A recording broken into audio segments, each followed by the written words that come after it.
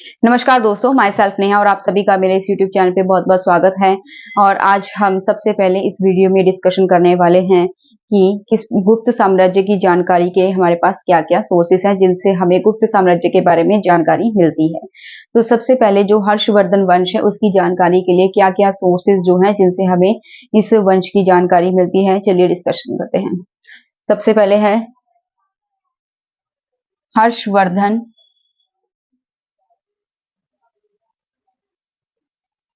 वंश की जानकारी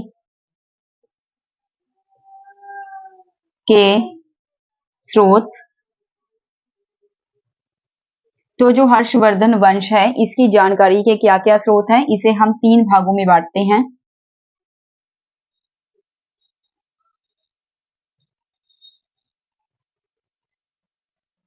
साहित्यिक स्रोत,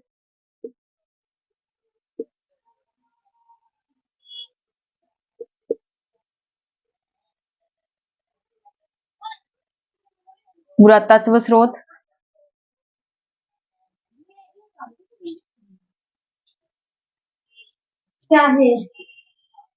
तथा विदेशी विवरण।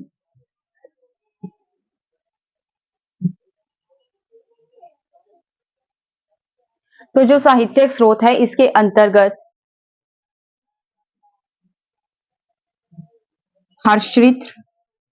हर्षचरित,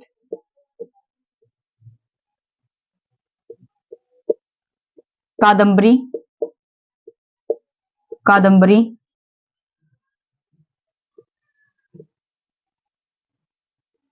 हर्ष की रचनाएं,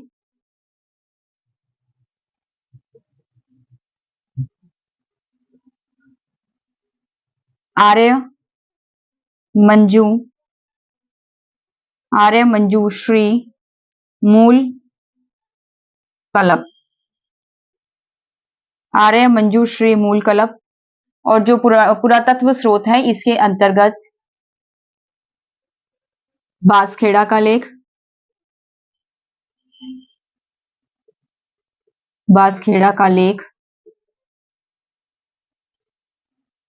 ऐहोल का लेख,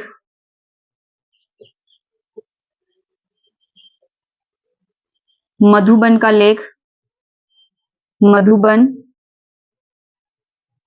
लेख,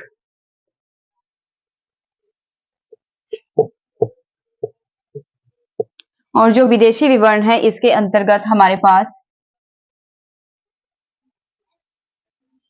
ह्यून सांग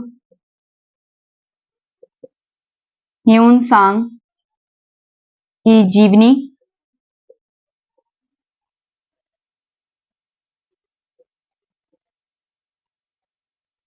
ह्यून सांग तथा विवरण,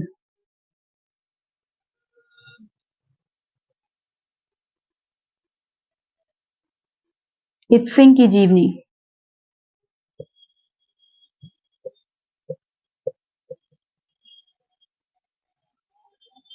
तो इस प्रकार से जो हर्षवर्धन वंश की जानकारी के लिए हमारे पास अलग-अलग सोर्सेज अवेलेबल हैं, जिनसे हमें हर्षवर्धन वंश की जानकारी के बारे में जानकारी मिलती है। जैसे हमारे पास जो है 3 स्रोत हैं, साहित्यिक स्रोत, पुरातात्विक स्रोत और विदेशी विवरण। ठीक है। साहित्यिक स्रोत के अंतर्गत जो है हर्षचरित्र, ठीक है, कादम्बरी, ये दोनों जो रचनाएं हैं बाणभट्ट ने लिखी थी, लेखक बाणभट्ट ने, ठीक है, जिससे हमें जो है हर्षवर्धन वंश की जानकारी मिलती है। हर्ष की रचनाएं, जो हर्षवर्धन शासक है, उसकी खुद की भी कुछ रचनाएं हैं, जिनसे हमें उसके टाइम पीरियड की जानकारी मिलती है। उसके बाद है आर्य मंजूश्री मूलकल्प, यह एक बौद्ध ग्रंथ है, जिससे हमें हर्षवर्धन वंश की जानकारी मिलती है। उसके बाद जो पुरातात्विक स्रोत है, इसके अंतर्गत बांसखेड़ा का लेख आता है, ऐहोल का लेख आता है और मधुबन का लेख आता है, जिससे हमें जो है हर्षवर्धन वंश की जानकारी मिलती है। उसके बाद जो है विदेशी विवरण, ठीक है, जो विदेशों से जो यात्रा करने के लिए आते थे भारत में, और उन्हें जो भी वो भारत में देखते थे कि लोगों का कल्चर किस प्रकार का है, लोग क्या खाते हैं, क्या पीते हैं, शासक जो है किस प्रकार से मतलब अपना शासन प्रबंध चलाता है, कौन सा राजा मतलब उसका राज्य है, ठीक है। इस चीज के बारे में जो कुछ भी वह देखते थे विदेशी यात्री, तो वह अपनी पुस्तक में लिख देते थे, अपने लेख में लिख देते थे। जैसे कि विदेशी विवरण के अंतर्गत हम ह्यून सांग की जीवनी के बारे में पढ़ेंगे, जो एक चीनी यात्री है ह्यून सांग, तथा उसका विवरण के बारे में डिस्कशन करेंगे। और इत सिंह की जीवनी, ये भी एक यात्री है, ठीक है। इन टॉपिक्स के बारे में हम डिस्कशन करने वाले हैं आगे।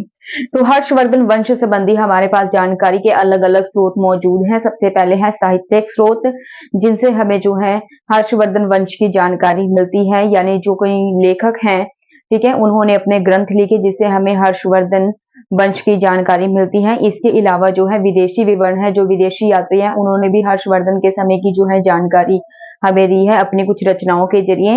इसी प्रकार से जो पुरातत्व स्रोत है उससे भी हमें जो लेख पाए गए हैं, ठीक है, उनसे भी हमें जो है मतलब हर्षवर्धन वंश की जानकारी मिलती है। तो चलिए सबसे पहले हम जानते हैं साहित्यिक स्रोत के बारे में।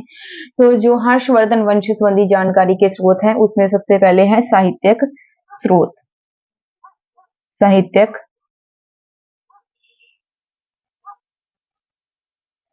स्रोत, तो साहित्यिक स्रोत में जो है हमारे पास सबसे पहले है हर्षचरित्र।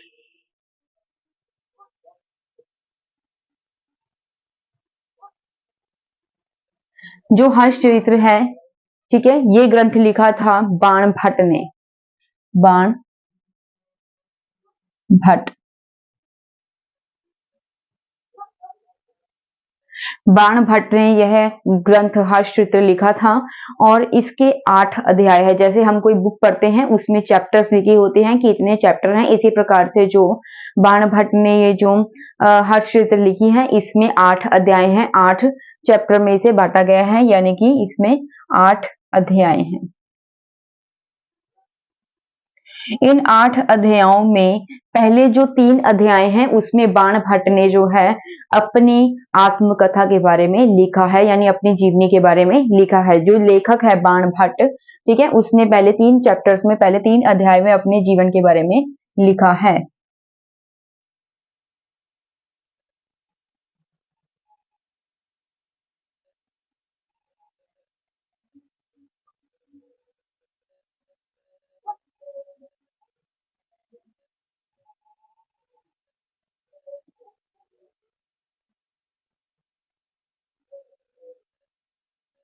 और इस पुस्तक से, इस ग्रंथ से हमें किस चीज की जानकारी मिलती है?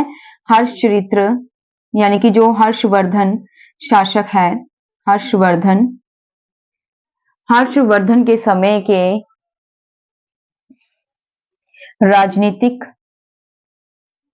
राजनीतिक एवं सांस्कृतिक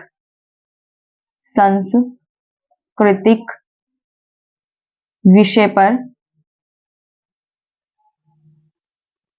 जानकारी मिलती है, ठीक है। इसके अलावा जो हर्षचरित्र है इसके जो 8 अध्याय हैं, 8 अध्याय, इनको कहा जाता है उच्छ्वास। 8 अध्याय को उच्छ्वास कहा जाता है, ठीक है। एक बार दोबारा रिपीट करते हैं। जो हर्षचरित्र है, ठीक है, ये ग्रंथ का नाम है और ये लिखा था बाण भट्ट ने, ठीक है। बाण भट्ट एक लेखक है जिसने हर्षवर्धन जो शासक है, ठीक है, उसके ऊपर एक हर्षचरित्र नामक ग्रंथ लिखा था। और इस ग्रंथ के 8 अध्याय हैं। इसमें 8 चैप्टर में इसे विभाजित किया गया, 8 खंडों में विभाजित किया गया है। और पहले जो 3 अध्याय हैं उसमें बाण भट्ट ने अपनी आत्मकथा के बारे में लिखा है। जो लेखक है बाण भट्ट, जिसने ये ग्रंथ लिखा था, उसने पहले 3 चैप्टर्स में, पहले 3 अध्याय में अपनी आत्मकथा के बारे में जानकारी दी है।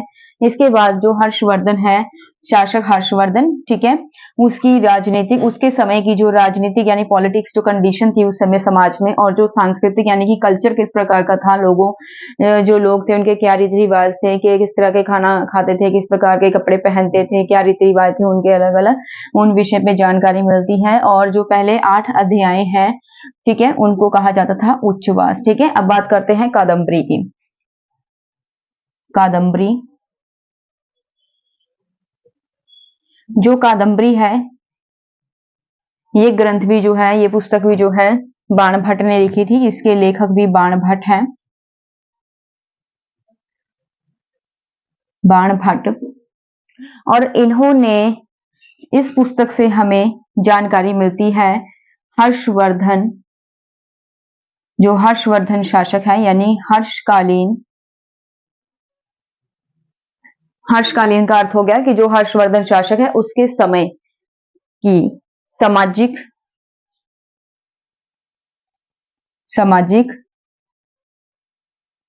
और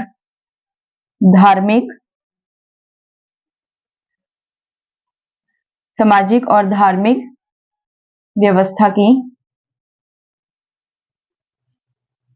जानकारी इससे हमें मिलती है।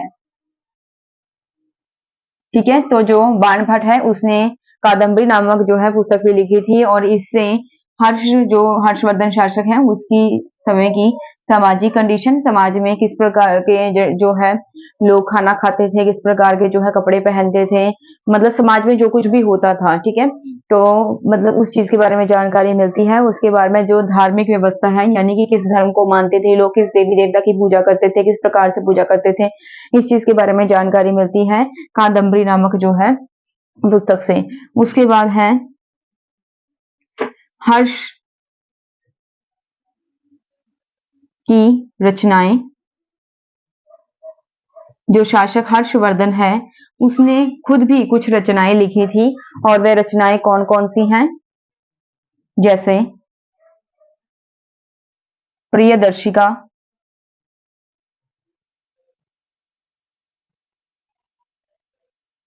रत्नावली तथा नागानंद।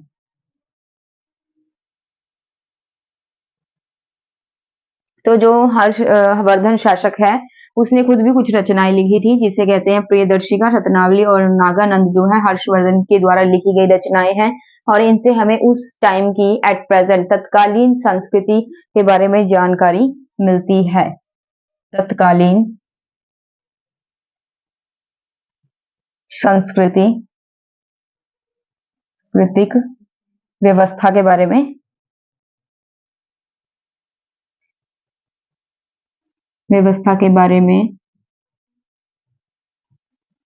जानकारी मिलती है। ठीक है, तो जो हर्षकालीन रचनाएं हैं, जो हर्ष ने रचनाएं लिखी हैं, प्रियदर्शिका, रत्नावली और नागानंद, इन जो है रचनाओं से हमें उस समय की जो सांस्कृतिक व्यवस्था थी, जो मतलब जो लोग थे उनके रीति रिवाज किस प्रकार के थे, जो ठीक है, तो मतलब जो संस्कृति थी उस प्रकार की, किस तरह का लोग कल्चर अपनाते थे, उसके बारे में जानकारी मिलती है। उसके बाद है आर्य मंजू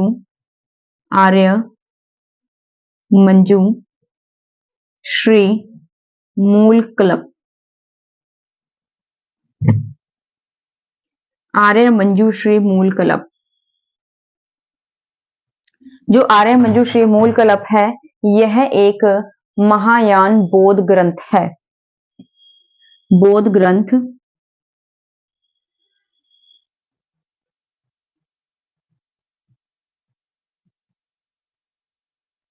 ठीक है, तो ये एक महायान बौद्ध ग्रंथ है। महायान बौद्ध ग्रंथ का अर्थ क्या है कि जो महात्मा बुद्ध हैं उनके निर्वाण प्राप्ति के पश्चात जो है मतलब जो बौद्ध धर्म है अलग अलग संप्रदायों में बांटा गया था, महायान संप्रदाय और हीनयान संप्रदाय। अगर आप जो है बौद्ध धर्म से रिलेटेड जानना चाहते हैं या बौद्ध धर्म से रिलेटेड आप जानकारी हासिल करना चाहते हैं, तो आप मेरी पिछली वीडियो में जाकर देख सकते हैं। ठीक है, तो उसमें आपको फुल डिटेल में ये इस चीज के बारे में पता चल जाएगा। तो जो महायान संप्रदाय है बौद्ध धर्म की, ठीक है, तो उससे रिलेटेड ये ग्रंथ है आर्य मंजू श्री मूल कल्प। इसमें जो है लगभग 1000 श्लोक हैं, 1000 श्लोक।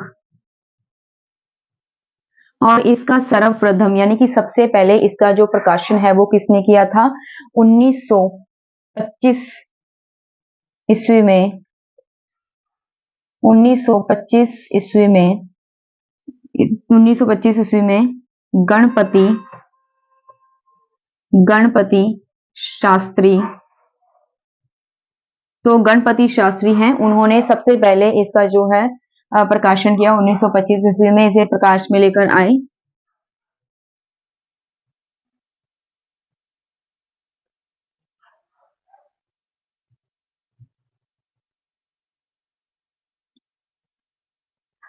और इस ग्रंथ से हमें जो है उस समय की मतलब जो है महत्वपूर्ण घटनाओं के बारे में जानकारी मिलती है।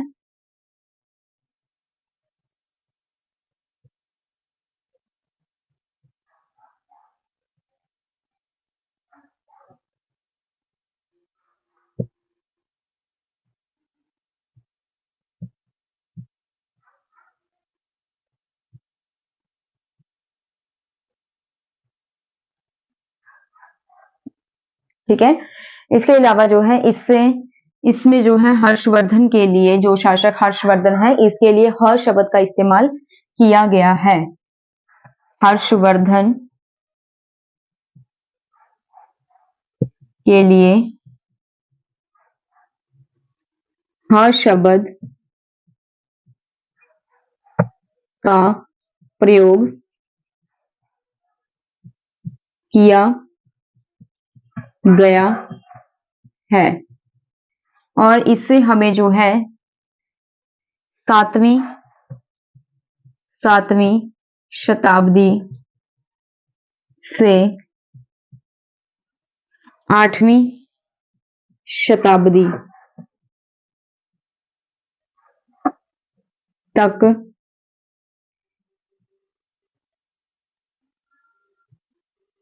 का प्राचीन इतिहास के बारे में जानकारी मिलती है। ठीक है, तो जो आर्य मंजूश्री मूलकल्प नामक ग्रंथ है, ये एक बौद्ध ग्रंथ है। ठीक है, और ये महायान जो संप्रदाय है बौद्ध धर्म की, ठीक है, उससे संबंधित ये ग्रंथ है। इसमें टोटल 1000 श्लोक हैं और 1925 ईस्वी में सर्वप्रथम सबसे पहले जो गणपति शास्त्री हैं, इन्होंने जो है इसे प्रकाशन में लेके आए। और महत्वपूर्ण इसमें जो ग्रंथ है ये, इसमें जो है उस समय की महत्वपूर्ण घटनाओं के बारे में हमें जानकारी मिलती है। और इसमें जो है हर्षवर्धन जो शासक हैं, उसके लिए हर शब्द का इस्तेमाल किया गया, हर शब्द का प्रयोग किया गया है। इसमें जो है 7वीं शताब्दी से लेकर 8वीं शताब्दी तक का प्राचीन इतिहास के बारे में हमें जानकारी मिलती है। ठीक है, अब ये जो 4 रचनाएं हैं, इनसे हमें जो ये साहित्यिक स्रोत हैं और इनसे हमें जो है हर्षवर्धन वंश की जो है महत्वपूर्ण जानकारी मिलती है। अब हम बात करने वाले हैं विदेशी विवरणों की। भारत में जो कई विदेशी यात्री आए, ठीक है, तो उन्होंने भारत में जो कुछ भी देखा और उन्होंने मतलब जो हर्षवर्धन शासक है उसके समय में उन्हें जो कुछ भी मतलब देखने को मिला कि हर्षवर्धन शासन के समय में मतलब समाज की ये व्यवस्था है, धर्म की ये व्यवस्था है, संस्कृति की ये व्यवस्था है। ठीक है, तो अलग अलग क्षेत्रों में राजनीति की ये व्यवस्था है, तो मतलब अलग अलग क्षेत्रों में और मतलब जो कुछ भी उन्हें देखने को मिला और जो हर्षवर्धन शासक है उनके साम्राज्य में मतलब वो किस प्रकार का जो है प्रशासन चलाते थे। ठीक है, तो जो राजा है उसके क्या क्या मतलब जो है कार्य होते थे, राजा का जो है किस प्रकार का चरित्र होता था, मतलब जो कुछ भी वह उस समय के समाज में देखते थे तो उस पे रिलेटेड वह एक जो है पुस्तक लिख देते थे या कोई लेख लिख देते थे। ठीक है, और उनसे हमें जो है उस समय की जो है जानकारी मिलती है। तो आगे हम विदेशी विवरणों के बारे में पढ़ने वाले हैं कि जो मतलब भारत में कई विदेशी यात्री आए और उन्होंने जो है हर्षवर्धन के समय में जो कुछ भी देखा अपने लेखों में उसे जो है उसी प्रकार जो है उन्होंने उस चीज का वर्णन किया। आगे हम विदेशी साहित्य के बारे में पढ़ने वाले हैं। तो अब हम बात करने वाले हैं विदेशी विवरण की। विदेशी विवरण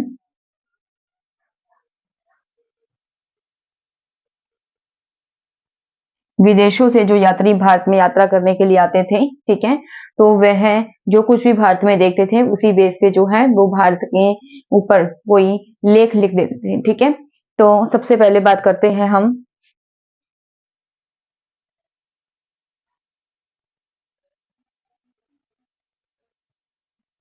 ह्यून सांग। सबसे पहले हम ह्यून सांग की बात करेंगे। ठीक है, तो जो ह्यून सांग है, ह्यून सांग तो मतलब वो क्या है हर्ष के समय में भारत आया था। ठीक है, जो हर्षवर्धन शासक है उसके समय में जो ह्यून सांग नामक सॉरी जो मतलब ह्यून सांग नामक यात्री है वो हर्ष के शासन काल के दौरान भारत में आया और इसी दौरान वह भारत में 16 वर्षों तक रहा। 16 वर्षों के दौरान उसने जो कुछ भी भारत में देखा उसी बेस पे उसने भारतीय कंडीशन का जो वर्णन है इसमें किया है। ठीक है, तो जो ह्यून-सांग है यह हर्ष के शासनकाल में भारत आया।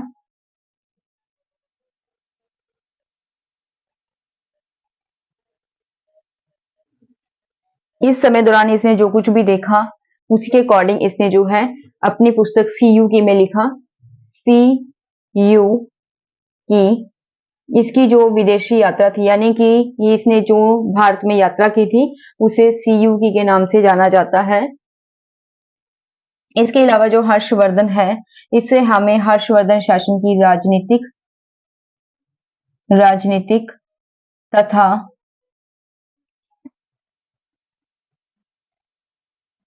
सांस्कृतिक व्यवस्था की जानकारी मिलती है।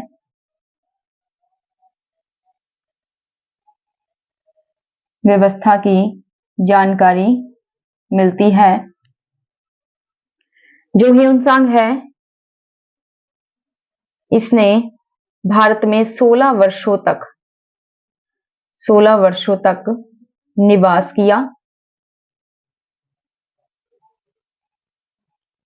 ठीक है, ह्यून-सांग हर्ष के शासनकाल में भारत आया था और इसने इसकी जो यात्रा है उसे हम सीयूकी के नाम से जानते हैं, यानी कि जो सीयूकी है इसने एक किताब लिखी थी जिसमें इसने जो है अपने यात्रा के दौरान जो कुछ भी देखा उसके बारे में जो है सीयूकी नामक जो पुस्तक है उसमें लिखा हुआ है। इससे हमें जो है राजनीतिक और सांस्कृतिक कंडीशन उस समय की क्या थी इसके बारे में जानकारी मिलती है। और जो ह्यून-सांग है यह भारत में 16 वर्षों तक इसने निवास किया, 16 वर्षों तक रहा। ठीक है, और साथ ही क्या है जो ह्यून-सांग है ये एक चीनी यात्री था। चीनी यात्री।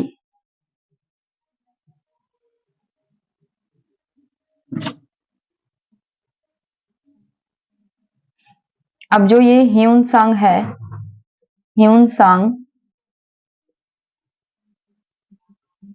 ह्यून-सांग की जीवनी। अब ये जो चीनी लेखक है इसकी भी जीवनी लिखी गई थी। इसकी जीवनी किसने लिखी थी? इसका जो एक मित्र था उसका नाम है हीली।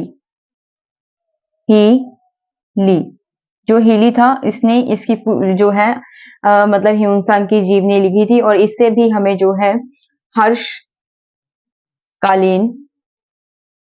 हर्षकालीन समय की महत्वपूर्ण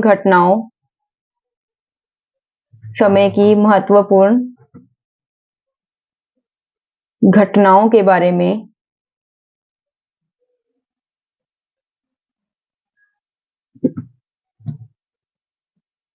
जानकारी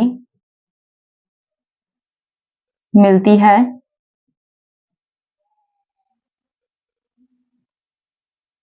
ठीक है, जो हीली है इसने ये कौन था? ये ह्यून-सांग का एक मित्र था। ठीक है, उसने ह्यून-सांग की जीवनी पर जो है एक किताब लिखी है और मतलब उसने उस किताब से भी हमें हर्षवर्धन के शासक के समय की जो महत्वपूर्ण घटनाओं के बारे में जानकारी मिलती है। और साथ ही जो ह्यून-सांग की जीवनी है बील बील नामक एक लेखक है उसने इसका अंग्रेजी में अनुवाद किया है, ट्रांसलेट किया है।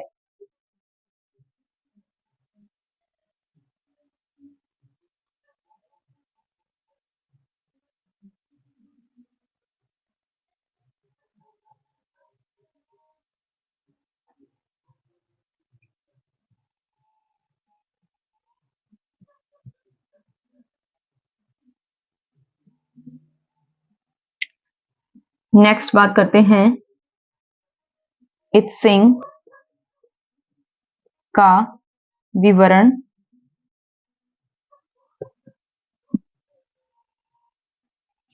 एक अन्य चीनी यात्री इत्सिंग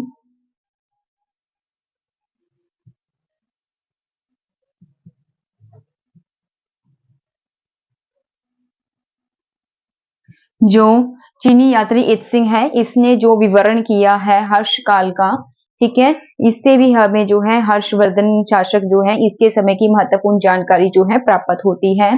जो चीनी यात्री इत्सिंग है, इसने जो विवरण लिखा है,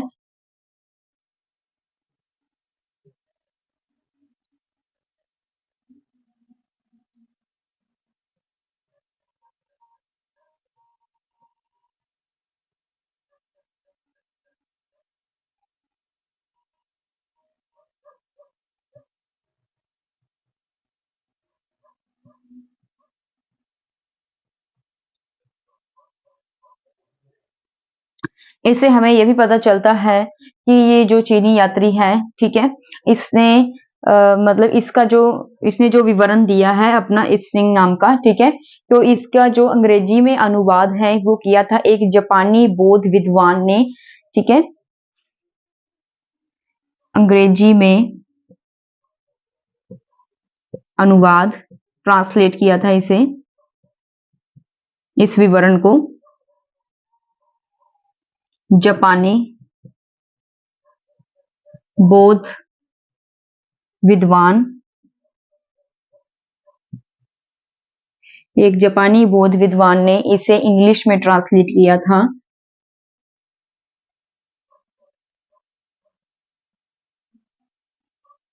a record of the Buddhist religion, ठीक है, रिलीजन नाम से जो है इसका अनुवाद किया इंग्लिश भाषा में। अब बात करते हैं, तो ये तो थे मतलब जो है विदेशी विवरण, ठीक है, एक बार दोबारा रिपीट कर लेते हैं। जो ह्यूनसांग है एक चीनी यात्री है और इसने अपने शासनकाल के दौरान मतलब इसने हर्ष के शासनकाल के दौरान ये भारत में आया था और भारत में ये 16 वर्षों तक मतलब रहा, निवास किया इसने, और इसने 16 वर्षों के दौरान जो कुछ भी देखा अपनी एक पुस्तक सीयू की नामक जो है पुस्तक में इसने उस चीज का वर्णन कर दिया, ठीक है। और इसका जो मतलब ह्यूनसांग नामक जो चीनी यात्री है इसने अपनी जो पुस्तक में लिखा है उससे हमें जो है उस समय की राजनीतिक पॉलिटिक्स कंडीशन और जो सांस्कृतिक कंडीशन है उसके बारे में जानकारी मिलती है, ठीक है। अब है ह्यूनसांग की जीवनी। जो ह्यूनसांग है इसकी जो ये ह्यूनसांग नामक चीनी यात्री है इस पर भी जो है एक जीवनी लिखी गई है। वो किसने लिखी है? ह्यूनसांग के मित्र ने। जब ह्यूनसांग की मृत्यु हो जाती है तो उसका जो मित्र है उसका नाम है हेली, तो उसने जो है मतलब इस पर एक जो है इसकी जीवनी लिखी और जिससे भी हमें हर्ष काल की जो है महत्वपूर्ण घटनाओं के बारे में जानकारी मिलती है। जो लेखक बील है उसने इसका अंग्रेजी में अनुवाद किया है, ठीक है, अंग्रेजी में इस पुस्तक को ट्रांसलेट किया है। उसके बाद है इत्सिंग का विवरण। जो इत्सिंग है, ठीक है, ये भी एक चीनी यात्री है और इससे भी जो है हमें हर्षवर्धन जो शासक है उसके काल की जो महत्वपूर्ण घटनाओं के बारे में जानकारी मिलती है और इसका अंग्रेजी में अनुवाद किया है एक जापानी बौद्ध विद्वान तुकुत्सु, ठीक है, उस बौद्ध विद्वान का जो जापानी बौद्ध विद्वान है उसका नाम क्या है? तुकुत्सु, या मैं यहां पर लिख रही हूं तुकुत्सु। तो ये जापानी बौद्ध विद्वान है जिसने इसे इंग्लिश में यानी कि अंग्रेजी भाषा में ट्रांसलेट किया है, ठीक है, a record of the Buddhist religion. I think आपको इतना समझ आया होगा। अब बात करते हैं पुरातात्विक स्रोतों की। पुरातत्व स्रोत जिनसे हमें हर्षवर्धन के समय की जानकारी मिलती है। पुरातत्व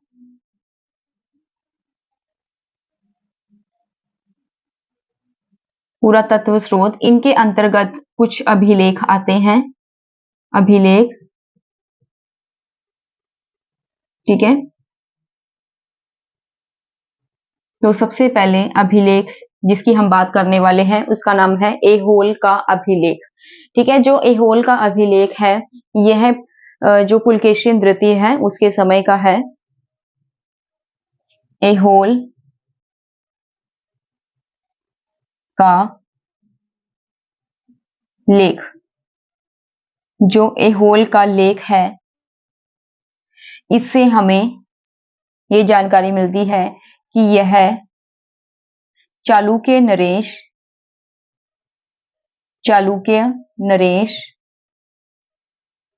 पुलकेशिन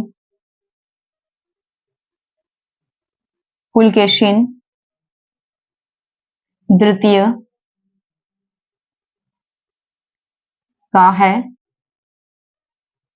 इसकी जो रचना है, एहोल का जो लेख है, इसकी रचना की थी पुलकेशिन द्वितीय का जो एक दरबारी कवि है जिसका नाम है रवि कृति। रवि कृति, ठीक है, ये कौन है? रवि कृति। रवि कृति जो पुलकेशिन द्वितीय का एक दरबारी कवि है,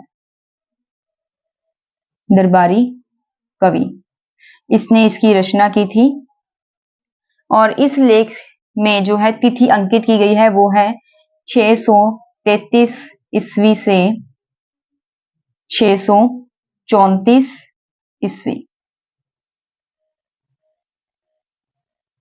और ये जो एहोल का अभिलेख है, इससे हमें जानकारी मिलती है कि जो हर्षवर्धन शासक है और जो पुलकेशिन द्वितीय है, इन दोनों के बीच में जो युद्ध लड़ा गया था उसके बारे में जानकारी मिलती है इस लेख से, ठीक है। हर्षवर्धन तथा पुलकेशिन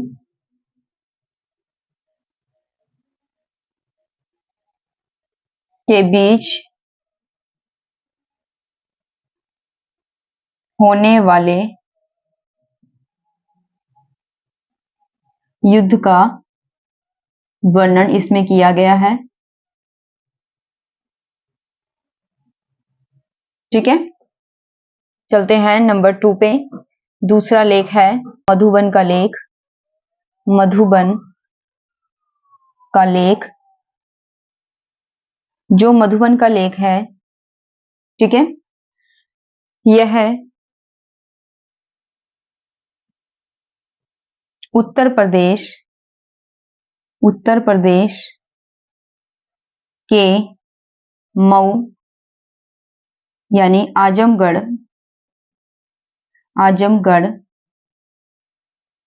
जिले के घोसी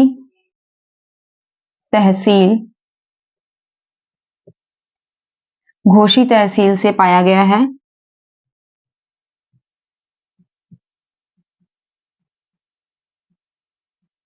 यह 25 संवत अर्थात 631 का लेख है। इसमें हर्ष के द्वारा श्रावस्ती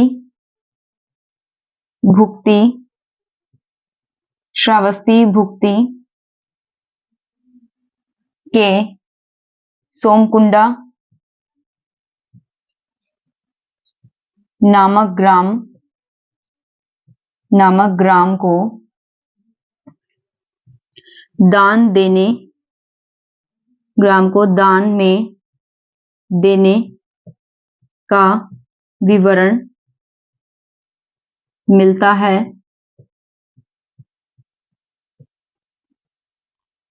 बाकी जो है इसमें बांसखेड़ा जो लेख है, बांसखेड़ा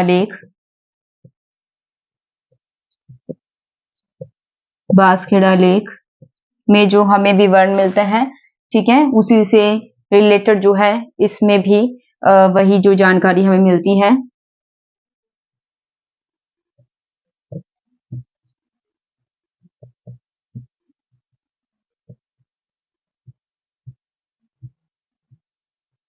ठीक है, तो जो एहोल का लेख है, यह चालुक्य नरेश पुलकेशिन द्वितीय का है, ठीक है। और जो पुलकेशिन द्वितीय का जो एक कवि है रवि कृति, जो दरबारी कवि है रवि कृति पुलकेशिन द्वितीय का, उसने यह लेख लिखा है। और ये लेख की जो तिथि है वो है 633 ईस्वी से 634 ईस्वी। हर्षवर्धन तथा पुलकेशिन द्वितीय के बीच में जो युद्ध हुआ था उसका वर्णन इस लेख में किया गया है। आगे है मधुबन का लेख। मधुबन का जो लेख है ये उत्तर प्रदेश के मऊ यानी आजमगढ़ जिले के घोसी तहसील में पाया गया है और ये 25 संवत अर्थात 631 ईस्वी का है। इसमें हर्ष के द्वारा श्रावस्ती भुक्ति के सोमकुंडा नामक ग्राम, यानी सोमकुंडा क्या है? एक गांव का नाम है। ग्राम का अर्थ होता है गांव, ठीक है। तो जो हर्ष है उसने श्रावस्ती भुक्ति के सोमकुंडा नामक ग्राम को दान में देने का जो है जिक्र इसमें किया गया है इस लेख में। ठीक है, इसमें पूरी जो बात बताई गई है कि जो हर्षवर्धन है उसने जो है सोमकुंडा नामक ग्राम जो है दान में दिया था। ठीक है, तो उसके बाद है जो इससे रिलेटेड जो है बांसखेड़ा जो लेख है, ठीक है, उसके मतलब उसमें जो जानकारी दी गई है बिल्कुल सेम जानकारी जो है मधुबन लेख में दी गई है। बांसखेड़ा का लेख कौन सा है जिसके बारे में हम अब पढ़ने वाले हैं? बांसखेड़ा लेख।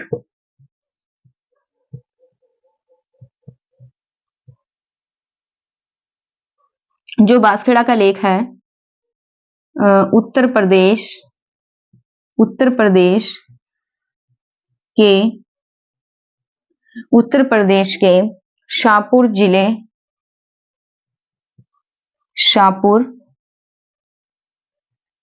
उत्तर प्रदेश के शाहपुर से बांसखेड़ा नामक स्थान से पाया गया है।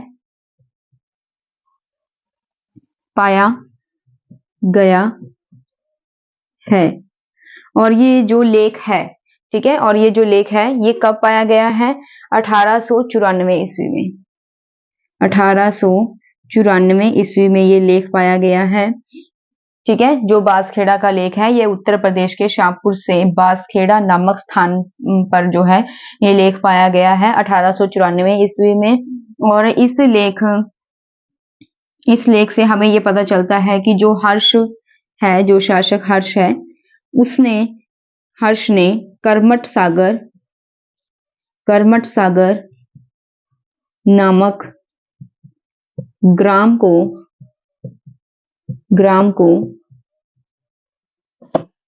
2 भारद्वाजी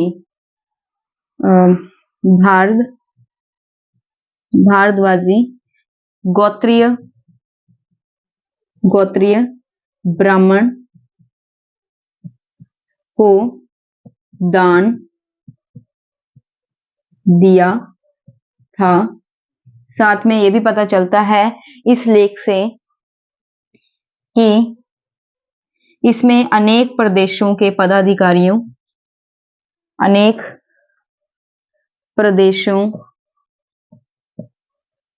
के नाम तथा पदाधिकारियों के बारे में भी हमें जानकारी मिलती है।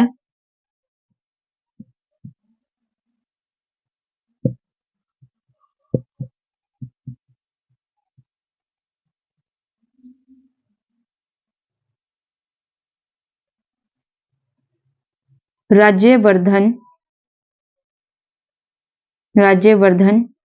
के द्वारा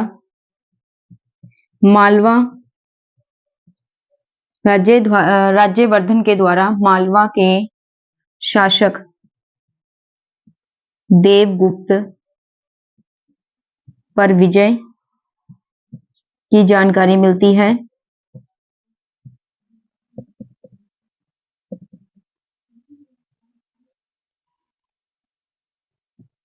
और इसमें यह भी पता चलता है कि जो गोंड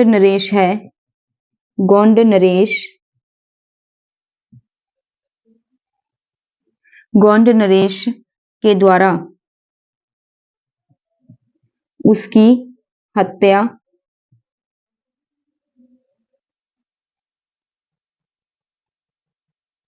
का विवरण, साथ ही इस लेख पर 22 स्वंत अर्थात 628 ईस्वी का यह तिथि है जो अंकित है।